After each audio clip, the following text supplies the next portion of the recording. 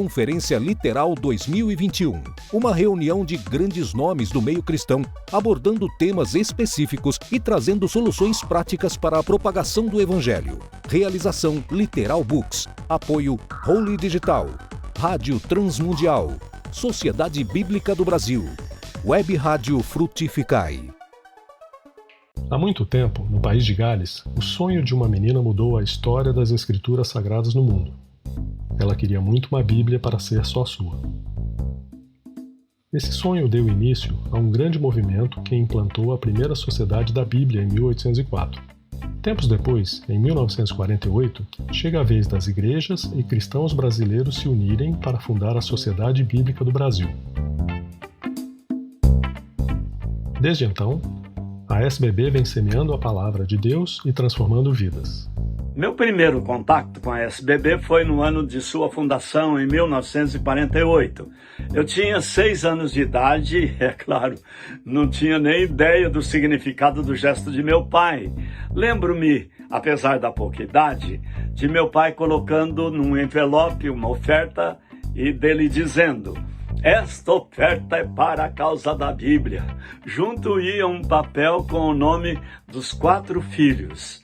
Isso significa que me tornei voluntário da SBB desde a sua fundação. Ame esta casa, ela te pertence, que vem há 73 anos semeando a palavra que transforma vidas. Em 1962, o programa Luz na Amazônia passa a levar assistência às comunidades ribeirinhas de Belém do Pará. Em 1966, a SBB finalmente recebe do Conselho Nacional de Serviços Sociais o certificado de entidade filantrópica. Em 1987, é inaugurada a sede nacional da SBB na cidade de Barueri, em São Paulo. Mais tarde, em 1995, no mesmo local é inaugurada a Gráfica da Bíblia, e em apenas 2 anos de trabalho passou a produzir Bíblias também para outros países. Meu nome é Márcio, trabalho no setor de rotativa impressão há 15 anos e a minha chegada aqui na SBB foi em 2007. Eu não conhecia Jesus e de alguns anos para cá a minha vida ela foi transformada pela palavra de Deus. Minha história com a Sociedade Bíblica é uma história de amor. Trabalho na Sociedade Bíblica, vai completar 22 anos esse ano, em dezembro. Eu aprendi da palavra de Deus, trabalhando com a palavra de Deus e aplicando também na minha vida e passando para as minhas filhas. No departamento a gente lê a Bíblia, a gente está lendo a Nova Almeida atualizada, todo dia a gente lê um capítulo. Vai completar 3 anos que a gente está fazendo isso, a gente não terminou. Está no caminho, então a gente vive também o que a gente trabalha. Sociedade Bíblica do Brasil, há 73 anos levando esperança com a palavra. Junte-se a nós, faça parte da causa da Bíblia. O Momento RTM é o informativo da Rádio Transmundial. É mais uma ferramenta de informação que trazemos para você. A tecnologia nunca foi o problema. O problema é como a gente usa essa tecnologia. Ou seja, nós como cristãos temos que fazer um uso redentivo dessas novas tecnologias que estão à nossa disposição para alcançarmos as pessoas da melhor forma possível, usando o bom lado que essas tecnologias nos trazem e também tentando de alguma forma contornar os problemas que vêm embutidos com elas. Então essa é a grande tarefa das igrejas e das suas lideranças. Isso nos motiva a sermos uma extensão da igreja em todos os lugares. Como parte da igreja, temos um grande desafio: refletir a Cristo nas nossas atitudes. Isso nos mostra algo muito importante.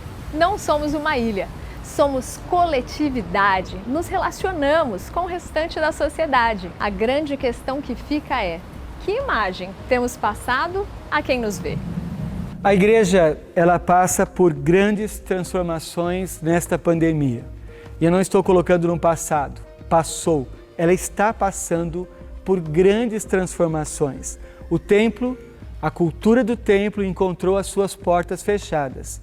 Mas a igreja, ela está mais viva do que nunca. O que nos desafia aos pastores a estabelecer novas formas de ser igreja e desenvolver uma igreja saudável. A forma como nós vamos cuidar da igreja e dos nossos relacionamentos farão toda a diferença neste tempo. A Igreja do Futuro já começou. Ela está nos adolescentes e jovens que participam das nossas comunidades locais. A base do engajamento é a integração. A juventude quer ser parte do que está acontecendo e os mais experientes têm muito a ensinar. No e-book A Igreja do Futuro, a RTM traz temas desafiadores que mostram como a tecnologia, a integração e a criatividade podem nos ajudar no fortalecimento de nossas igrejas locais e de novas lideranças. Leia mais em transmundial.org.br/ebooks.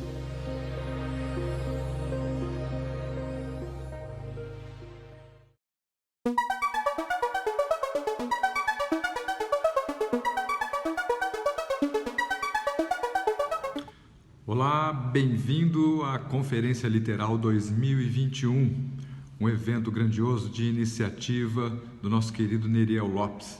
Ele é o editor da revista Literal e também o organizador do livro Cristianismo Pós-Pandemia, que alguns dos palestrantes nesta conferência tiveram a honra de participar, colaborando com a escrita de um capítulo. Eu quero destacar o capítulo de Portas Fechadas, Igrejas Abertas. Foi o título de um dos capítulos que eu escrevi, um de 2 capítulos que eu escrevi para esta obra. Espero que você seja edificado, abençoado por estas palestras, porque nós temos nos dedicado à observação, ao acompanhamento e à reflexão a respeito deste evento que infelizmente tem matado milhares de pessoas ao redor do mundo, e nós temos nos dedicado a fazer uma reflexão a partir da perspectiva bíblica cristã, a fim de orientar não somente os de dentro, os membros, os irmãos e as irmãs, mas também procurar dar um consolo, um alento, uma orientação, um esclarecimento a partir da iluminação que as Escrituras nos dá. Evidentemente, dentro da nossa capacidade limitada, do nosso conhecimento limitado, à medida que o Espírito Santo dá a cada um de nós. Eu quero saudar, cumprimentar a todos, quero parabenizar o Neriel Lopes pela iniciativa e cumprimentar todos os palestrantes que participaram já na abertura e têm participado ao longo desta conferência.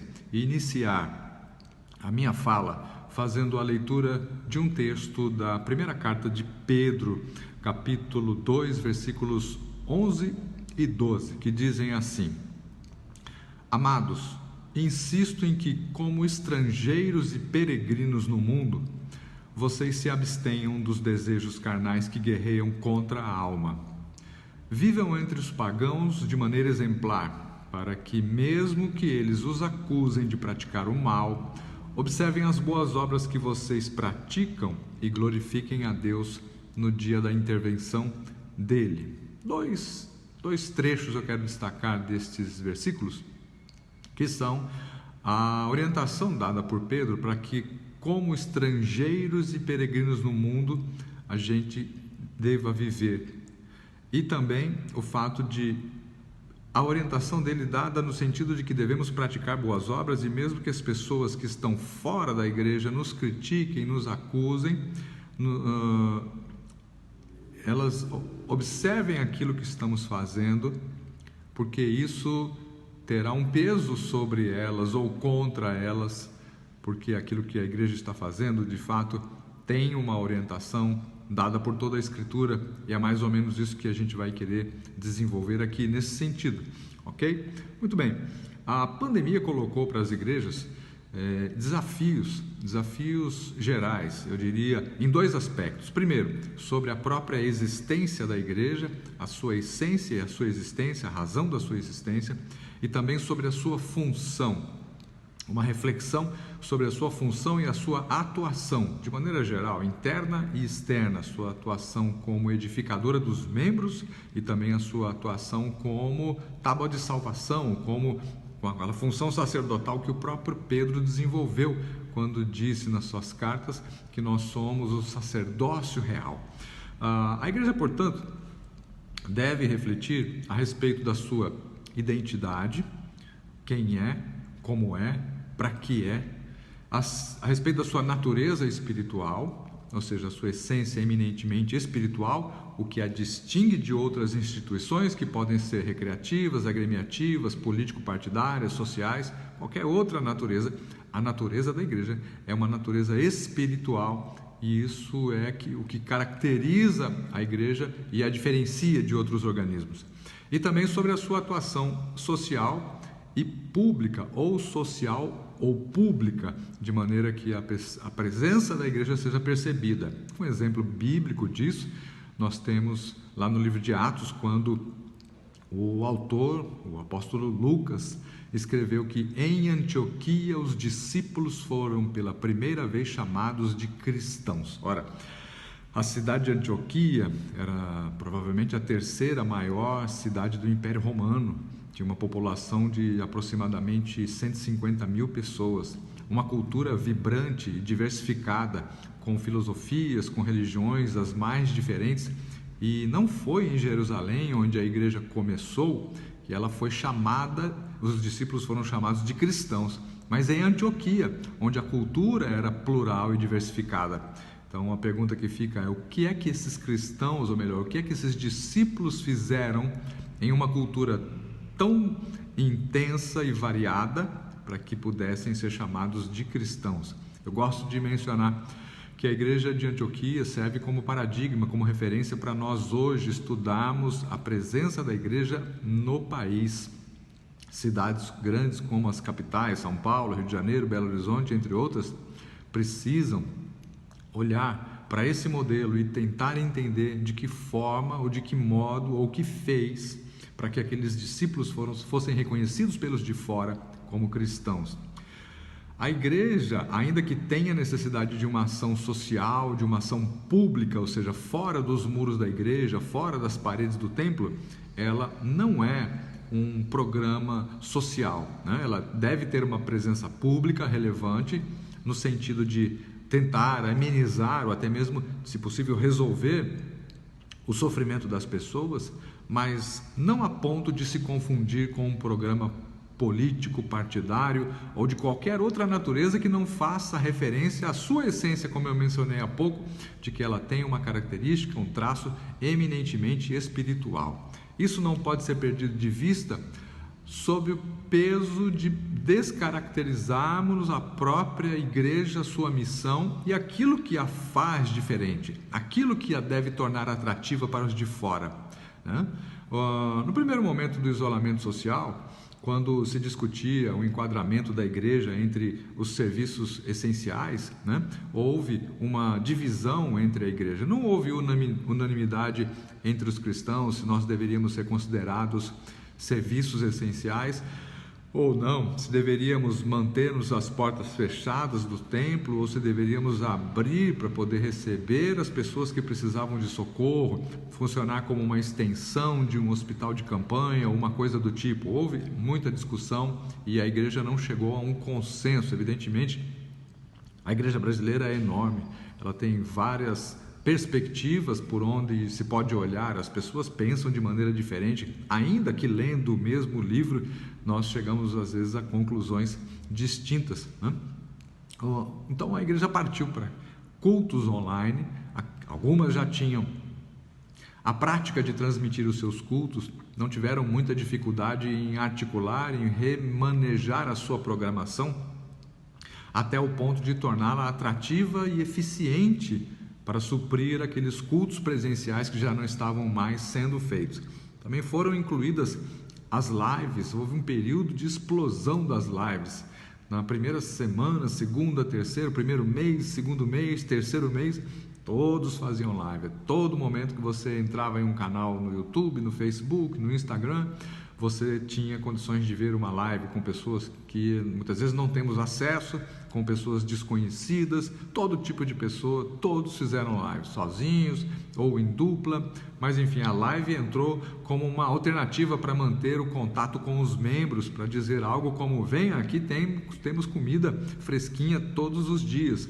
Foi um recurso que a igreja utilizou para que pudesse manter contato, alimentar, levar uma palavra de conforto, de orientação e manter os seus membros ligados às suas programações das igrejas.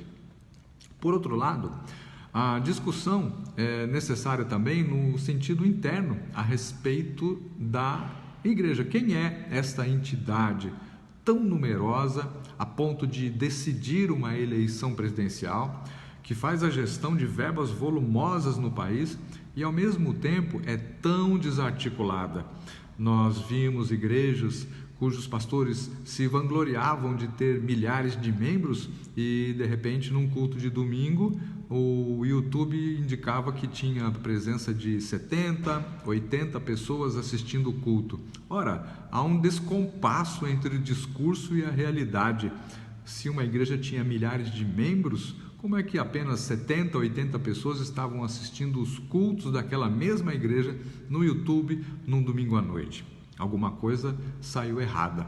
Então, muitas vezes há uma aglomeração muito numerosa, mas essa aglomeração não se traduz em uma articulação, não há uma capilaridade, não há uma comunicação direta, efetiva e atuante dos membros em relação ao ministério, aos obreiros que dirigem e nem mesmo uma ponte com aqueles que estão no mundo, aqueles que estão na sociedade. Então, essas reflexões, elas vieram à tona, a necessidade dessas reflexões vieram à tona assim que a pandemia se instalou e o isolamento foi uma prática que nós tivemos que respeitar a fim de evitar maiores problemas. Tivemos que pensar seriamente a respeito de quem somos nós, e nós que sempre dissemos a igreja somos nós, a igreja não é o prédio, são as pessoas. A gente dizia muitas vezes isso como um jargão, até no embalo, sem pensar muito. A gente sabia o que era isso, mas agora, de verdade, nós somos colocados contra a parede e tivemos que pensar, de fato, a igreja somos nós? Nós tomamos uma atitude proativa, perdoe a redundância, de irmos atrás das pessoas que estavam fracas, desconectadas ou que não tinham acesso nem habilidade para mexer com a internet? Nós nos mobilizamos rapidamente em uma união que fosse efetiva ao ponto de levar socorro para as pessoas que precisaram, pessoas que perderam seus empregos, pessoas que eram autônomas e não puderam mais trabalhar nos primeiros meses da pandemia. A igreja não é o prédio, são as pessoas, mas as pessoas funcionaram como igreja nos primeiros momentos de pandemia? Hoje as coisas já estão caminhando mais ou menos bem. Hoje já temos tempo de ter nos articulado, nos organizado, revisto determinados conceitos e práticas e procedimentos, mas fomos pegos de surpresa. Paralelamente a isso, a influência que nós sempre recebemos da cultura que nos circunda, da cultura que está ao nosso redor, ela nos afeta diretamente. Isso é natural. Nós vivemos no mundo, nós trabalhamos 10, 12, 14 horas, vamos para a faculdade, temos contato com as pessoas no trânsito, no condomínio, em vários lugares. É natural que nós sejamos influenciados pela cultura que está ao nosso redor. E também, de certo modo, em certo grau, em certa medida, influenciamos também as pessoas, né? E quando nós olhamos para aquilo que existe fora da igreja e que mira, aponta, procura alcançar as pessoas que estão necessitadas de algum socorro, eu não consigo deixar de lembrar do que nós chamamos de terceiro setor desde a década de 90. O terceiro setor é uma prática que as empresas, as chamadas empresas do segundo setor, o primeiro é o governamental, o segundo é a iniciativa privada, o terceiro setor é a prática de ações que visam o bem-estar, a melhoria da qualidade de vida das pessoas. E a iniciativa do terceiro setor, ela é tomada pelas pessoas, pelas empresas do segundo setor, que é das empresas privadas. Então, eles já vinham desde a década de 90 trabalhando elementos, ações, mobilizações para que pudesse alcançar essas pessoas. O terceiro setor estava preocupado, entre aspas, e investindo no bem-estar das pessoas, não esperando lucros imediatos, nem diretos, mas esperando lucros a médio e longo prazo e diretamente em fator ou em função das suas mobilizações, das suas ações de marketing que visavam o bem-estar das pessoas. É claro, para quem está precisando de uma cesta básica, não importa se ela vem do governo, se ela vem da iniciativa privada ou se é o vizinho de condomínio que dá essa cesta básica, ela precisa receber isso, porque disso depende a sua própria sobrevivência. As ONGs também, as organizações não governamentais, foram uma outra maneira que se encontrou de realizar ações sociais, fora do terceiro setor, fora da iniciativa privada das empresas, ou seja, a própria sociedade civil se organizou em organizações que não eram do governo, que não eram das empresas, mas que eram iniciativa da própria população para poder atuar em alguma área. E as áreas são as mais diversas, vão desde ecologia até mesmo socorro a comunidades carentes. E a igreja? A igreja tem a história mais antiga de socorro, de cuidado, de atendimento às mazelas e o alívio do sofrimento das pessoas, do sofrimento humano. 2000 anos de história estão aí para atestar a ação da igreja em favor das pessoas que precisam de um socorro. Mas justamente nessa virada de milênio, a igreja parece ter perdido um pouco o contato, a conexão com essas pessoas, ter pedido a mão, ter aliviado a mão no momento em que ela mais precisaria estar presente. A partir disso, eu quero considerar aqui 3 pontos, a partir dessa introdução meio longa que eu fiz, para que nós pudéssemos pensar a partir delas. Primeiro, o tempo de isolamento foi um tempo de reflexão, como eu disse, refletimos sobre a identidade da igreja, precisamos tomar uma posição efetiva sobre a nossa missão, ou seja, nós precisamos agir imediatamente. Alguns agiram, outros ficaram meio que travados, sem ação, aparentemente atados naquilo que deveriam fazer. E uma consideração coletiva dos cristãos como ferramenta de transformação. Os cristãos, de fato, têm consciência da sua missão à parte da ação oficial da igreja, ou seja, há iniciativas individuais, caso a igreja não consiga se articular rapidamente para socorrer os necessitados. É nesse sentido que a gente vai trabalhar. Há contribuições do cristianismo na história que já foram registradas por alguns autores, o surgimento dos hospitais na Idade Média. Considere, por exemplo, o nome de 3 hospitais que você conhece. Provavelmente 2, se não 3 deles terão um nome de santo ou de alguma passagem da Bíblia, como o Hospital Samaritano, Nossa Senhora daqui, São Judas disso, sempre Santa Casa de Misericórdia. Então, veja pelo próprio nome dos hospitais que eles surgiram a partir de uma iniciativa cristã. Não é o governo que criou, não foi o governo que criou os hospitais, foi a própria igreja na Idade Média. A maioria das grandes universidades foram fundadas por cristãos, para treinar missionários e treinar teólogos, missionários que fossem para o campo e teólogos que cuidassem da igreja. A alfabetização e o ensino da letra para o povo, o próprio capitalismo, não na sua versão moderna, mas na versão de 500 anos atrás, é uma criação da igreja também, de cristãos. A iniciativa privada, o governo representativo em alguns países, a separação dos poderes políticos, a luta pelos direitos civis, a abolição da escravatura. Todas essas ações tiveram origem a partir da iniciativa de cristãos ao longo da história. Nos anos mais recentes, a ciência moderna também, os nomes como Pascal, como Kepler, Galileu, Copérnico, todos eram cristãos. A valorização das mulheres, a condenação das práticas comportamentais que redundam na proliferação de doenças e epidemias e o sofrimento das famílias, a civilização de povos bárbaros, o maior desenvolvimento da arte, da música, a restauração de vidas ao convívio natural, aquelas vidas que estavam arrebentadas pelo alcoolismo, pela dependência química, pela desestruturação dos lares. Tudo isso a igreja fez ao longo dos últimos 2000 anos. Então a igreja tem de fato um portfólio importante, relevante, para onde nós hoje, em pleno século XXI, podemos olhar e tentar nos inspirar, tirar como referência, como modelo e até mesmo como motivação para que a gente reveja as nossas práticas atuais, no sentido de que ainda que as igrejas estejam com as portas fechadas, graças a Deus tem aberto, mas que nós permanecemos com os nossos braços abertos no acolhimento das pessoas. A igreja tem feito isso. O segundo ponto que eu gostaria de destacar O que temos para mostrar, né? No presente, as igrejas que querem ser levadas a sério, que querem ser percebidas pela sociedade como igrejas relevantes, que é uma expressão que tem sido usada por alguns pregadores, e que tenham algo a dizer, elas precisam definitivamente, e agora a pandemia mostrou isso, eliminar esse engajamento marqueteiro, de propaganda, de mostrar o que faz, de que é melhor nisso, que é melhor naquilo.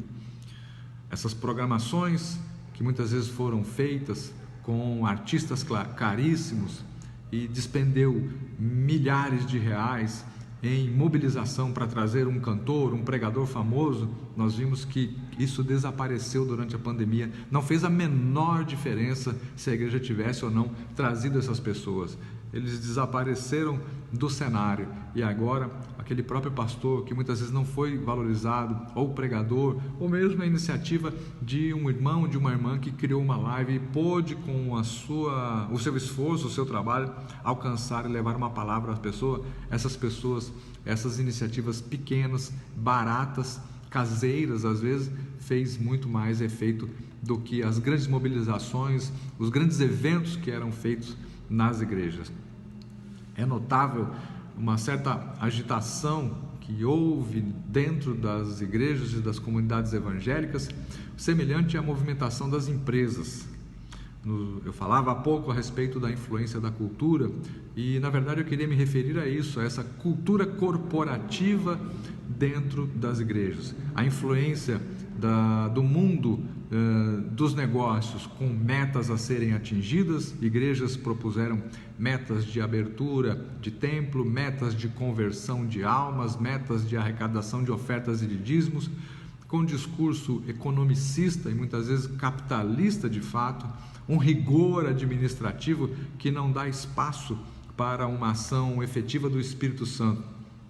Óbvio, as pessoas vão olhar de fora e olhar para a igreja e ver uma empresa funcionando muito bem, como muitos dizem, bem azeitada, com o mecanismo funcionando a todo vapor, e podem perguntar qual é a diferença entre o que serve a Deus e o que não serve. Eu não estou aqui defendendo que não se tenha transparência na gestão dos recursos da igreja, eu não estou defendendo que não se deva ter nenhum tipo mínimo de organização, mas eu sou radicalmente contra a adoção de elementos corporativos para que a igreja funcione bem. Há 2000 anos a igreja funciona pela gestão do Espírito Santo e com pessoas que são capacitadas e levantadas para isso. Nós temos modelos no Antigo Testamento que dão conta disso. Um grande modelo disso era Jetro, que orientou Moisés quando Moisés se viu sufocado pelo número de pessoas que ele tinha que atender. Jetro, que era um sacerdote na sua religião, orientou Moisés a que dividisse o povo e delegasse a autoridade para que as coisas funcionassem bem. E foi assim. E eu já vi alguns pregadores tomando isso como modelo para a gestão das igrejas nos dias de hoje. É um modelo bíblico, está lá, nós podemos utilizar. Não precisamos importar de corporações, de empresas, modelos que não tenham muita conexão com a ação e o propósito do Espírito Santo dentro das nossas igrejas. Eu ouvi de um pastor, certa vez, que ele eliminaria um culto de sua igreja, um culto durante a semana, sobre a alegação de que, abre aspas, ele dá mais prejuízo do que lucro com as portas fechadas. Fecha aspas. Aquele pastor considerou que abrir a sua igreja em determinado dia da semana não dava lucro. Eu ouvi dele que as pessoas gastavam sabonete, gastavam papel higiênico, gastavam água, gastavam energia da luz, mas as ofertas não eram suficientes para cobrir esses gastos. Lamentável ter que ouvir isso de um pastor em uma cidade como São Paulo, num bairro de classe média, e que não faria de fato nenhuma necessidade se ele tivesse investido dinheiro, remanejado o recurso de outro culto para que pudesse manter a sua porta aberta pelo menos um dia da semana. Nós precisamos voltar-nos para as atrações que são as atrações do Espírito previstas pela própria Bíblia. Precisamos abandonar as atrações e as rotinas, as atividades de entretenimento para a membresia, porque elas muitas vezes afrontam o próprio sentido da missão, do modo como Jesus nos orientou, para que, indo não ficando pelo caminho, façamos discípulos de todas as nações. Se nós nos fecharmos às atividades de entretenimento da igreja, a missão não vai ser realizada de modo algum. A pandemia, nesse sentido, foi uma bênção muito grande para a igreja, porque nós tivemos que sair e buscar as pessoas, ligar para as pessoas, alcançar as pessoas e muitas vezes nos envolver com pessoas com as quais não nos envolveríamos naturalmente, pessoas de outras denominações e até mesmo pessoas de outras religiões, para que a vida, que é o bem maior que Deus nos deu, pudesse ser socorrida. Os recursos, como eu disse, para atração, para trazer atrações para dentro da igreja, consumiram milhões e foram destinados a um artista, a uma banda, a um pregador, e ali se encerrou deu a destinação daquele recurso que foi levantado com tanto sacrifício, muitas vezes, pelos membros da igreja. Mas a Bíblia é clara a respeito da destinação dos recursos recolhidos dentro das suas portas. São destinados a que haja mantimento na minha casa. Nesse sentido, eu vi ações muito louváveis de recolhimento de recursos para que se pudesse destinar às cestas básicas, às famílias, às pessoas que tinham necessidade dela. Muitas pessoas perderam seus empregos, perderam recursos, perderam renda e precisaram recorrer a isso, e precisamos louvar, reconhecer, bater palmas, pois determinadas igrejas fizeram exatamente aquilo que a Bíblia nos orienta a fazer. E para isso, se as pessoas não confiam na ação do Espírito Santo, que supre os recursos que são necessários à igreja, nós podemos olhar para muitos exemplos da história. Eu gosto de um especial que é do George Miller, do século XIX. Ele e a sua esposa, em 1845, abriram sua casa para poder abrigar crianças e chegaram aquele ano a um número de cerca de 300 crianças. Em 1845, portanto há 150 anos, mais de 150 anos, cerca de 300 crianças sendo atendidas pelo trabalho de George Miller e sua esposa. 25 anos depois, em 1870, aquele número havia aumentado para cerca de 2.000 crianças em cerca de 5 residências. Historiadores têm estimado que, ao final da vida de George Miller, pelo menos 100.000 crianças foram socorridas pelo trabalho dele e da sua esposa. E isso sem a ação, sem o apoio do governo. Quem trabalhava com George Miller era proibido de pedir qualquer tipo de recurso. Era permitido apenas aceitar doações voluntárias. Desse modo, os orfanatos de George Miller receberam doações na ordem de 1,5 milhão de libras esterlinas, isso no século XIX, aproximadamente 3 milhões de dólares nos números de hoje. Quando Miller morreu, esse saldo foi computado, além de ele ter doado aproximadamente 2 milhões de Bíblias. Cooperou com a missão de Hudson Taylor para o interior da China. Hoje se estima, diferente do século XIX de George Miller, que nós brasileiros temos doado R$ 1,66 por ano para as missões. R$ 1,66 por ano para as missões. Será que não temos confiado no mesmo Deus de George Miller? Mas não são todos assim. O período da pandemia revelou ações positivas. No capítulo que escrevi do livro Cristianismo Pós-Pandemia, eu destaquei a ação da missão Me Ajude, que é o movimento de ensino e acolhimento à juventude, integrado por cristãos que se uniram em favor de uma ação social na área da educação em comunidades ou favelas na cidade de Tiradentes, aqui em São Paulo, na capital. Eles oferecem esportes, capoeira e futebol, artes, reforço escolar para que crianças não fiquem desocupadas e sejam facilmente cooptadas pelo tráfico de drogas. Quando foi declarado o isolamento social na cidade de São Paulo, o grupo Me Ajude se articulou rapidamente, porque já estava engajado em ações nesse sentido, e levou alimentação, cesta básica, kits de higiene.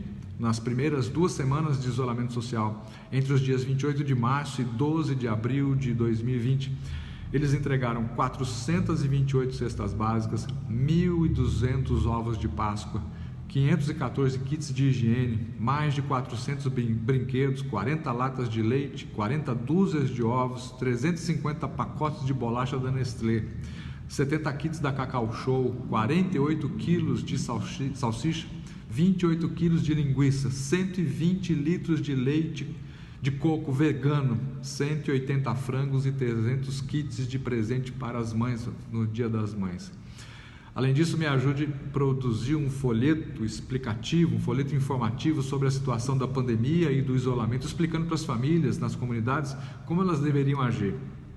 A iniciativa do grupo foi tão bem vista e tão bem aceita que a subprefeitura regional mandou imprimir 10 mil folhetos para distribuição nas comunidades carentes de outras regiões da cidade de São Paulo. Isso também serviu como modelo para uma missão no Rio de Janeiro e na cidade de Santo André, aqui em São Paulo, que também fizeram impressão do mesmo material. Aqui, o destaque recai não somente sobre o conteúdo daquilo que foi doado, mas especialmente sobre a rápida articulação desse grupo e a leveza deles, a agilidade no atendimento e no socorro das pessoas. Às vezes, nós temos instituições tão robustas, tão grandes, tão paquidêmicas que não conseguimos nos mobilizar rapidamente. As tomadas de decisão são demoradas, são lentas, são burocráticas.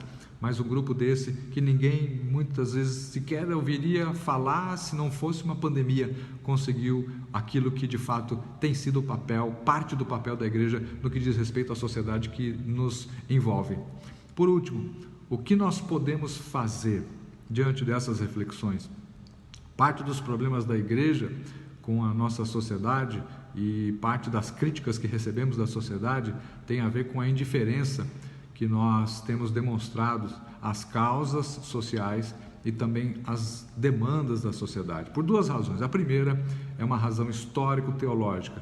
Quando a igreja foi implantada, a igreja protestante foi implantada no Brasil no século XIX, os protestantes de então quiseram se diferenciar dos católicos.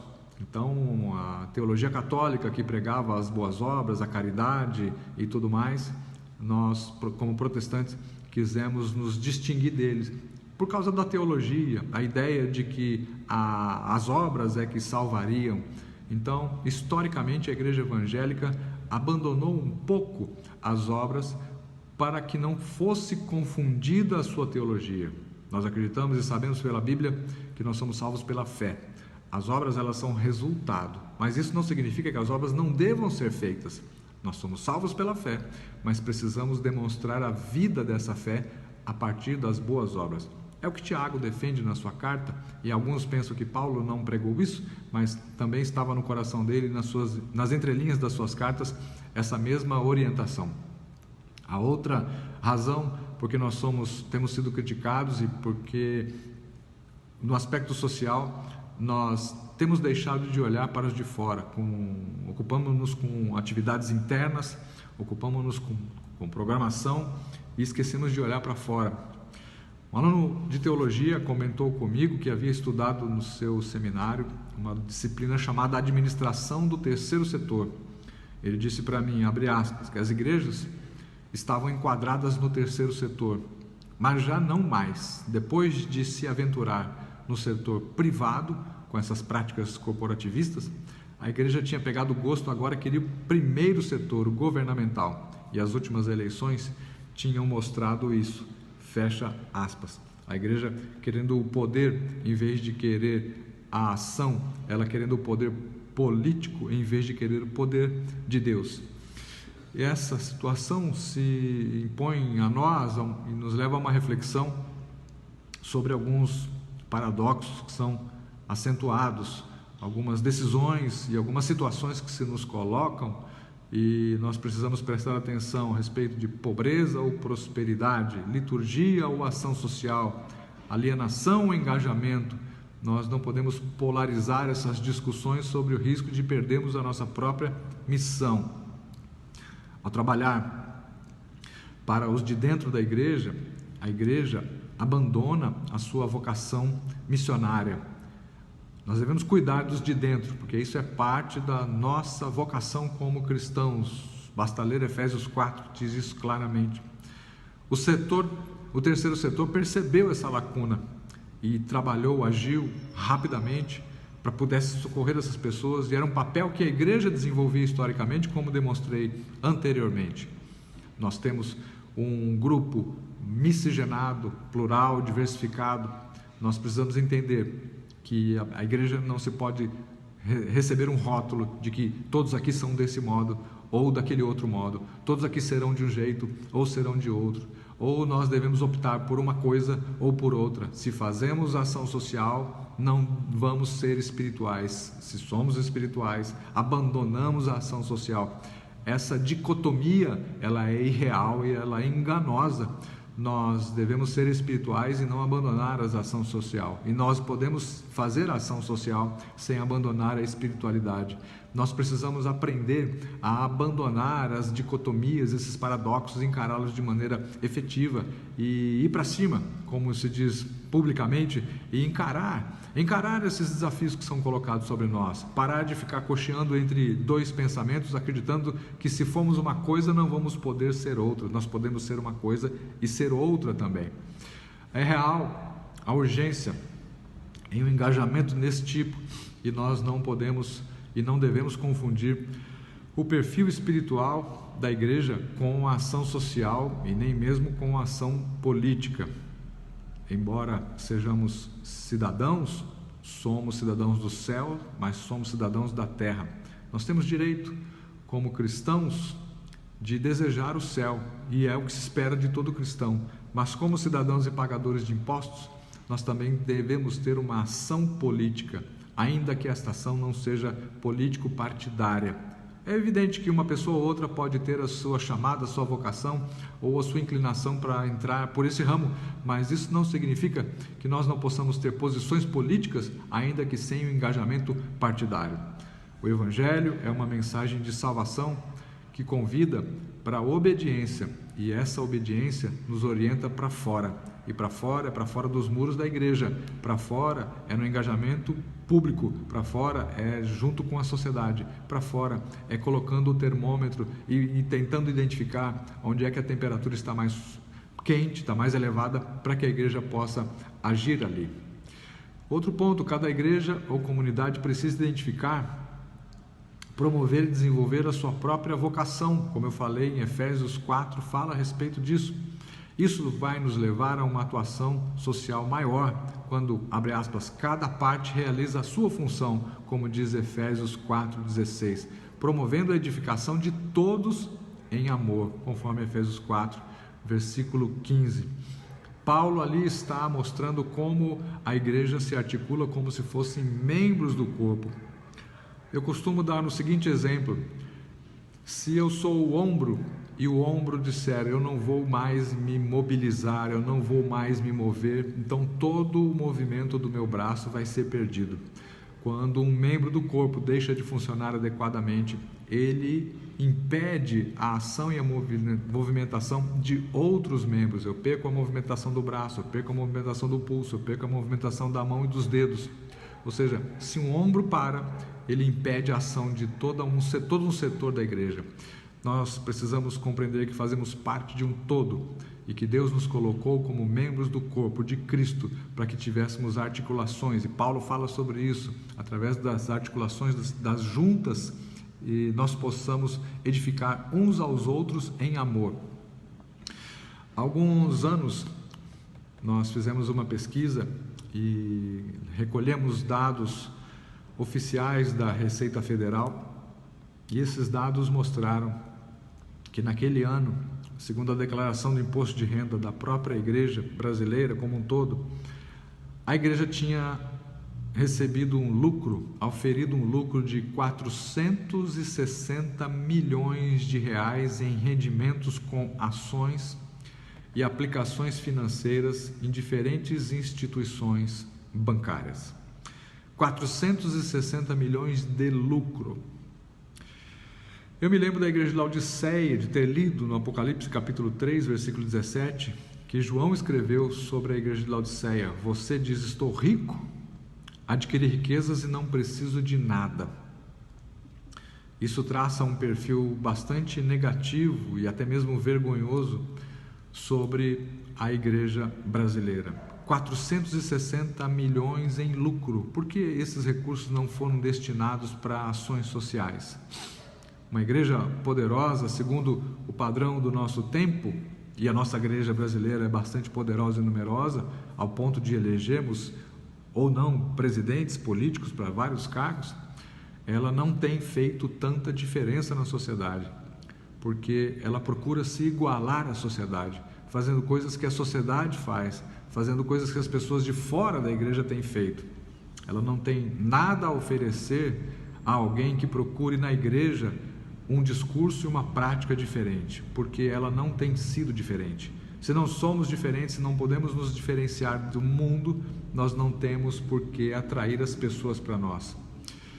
Há hoje brasileiros abaixo da linha da pobreza, na chamada extrema pobreza. Em fevereiro de 2011, 12,83% da população brasileira está na faixa da extrema pobreza. Com os recursos que a igreja ofere em lucros com rendimentos e aplicações financeiras, nós deveríamos pensar seriamente em destinar esses recursos para o socorro e o alívio das dores, das necessidades das pessoas. Mais do que isso, não falando apenas em dinheiro, porque a igreja não é só dinheiro, mas somos pessoas. Nós precisamos nos articular, séria e urgentemente, pensar nas nossas programações, pensar nas nossas ações, desenvolvermos os membros do corpo de Cristo e deixarmos de dizer que nós somos membros de banco. Eu costumo dizer que o membro de banco é o prego, o parafuso e a madeira. Nós somos membros vivos do corpo de Cristo, que é um organismo vivo, e nós precisamos levar vida às pessoas.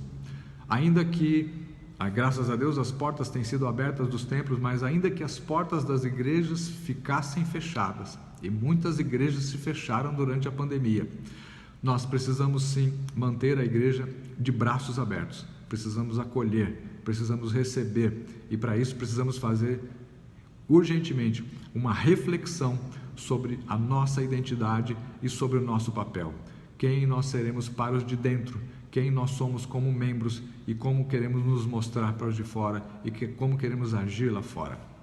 Que Deus abençoe a todos, que Deus abençoe você nesta conferência literal, que esses conteúdos possam fazer você refletir a respeito de cada um dos pontos que os preletores, os pregadores, os homens e as mulheres têm trazido para você, e que Deus nos ajude, iluminando e nos orientando naquilo que devemos mudar e naquilo que devemos efetivamente fazer. Deus abençoe a todos, em nome de Jesus.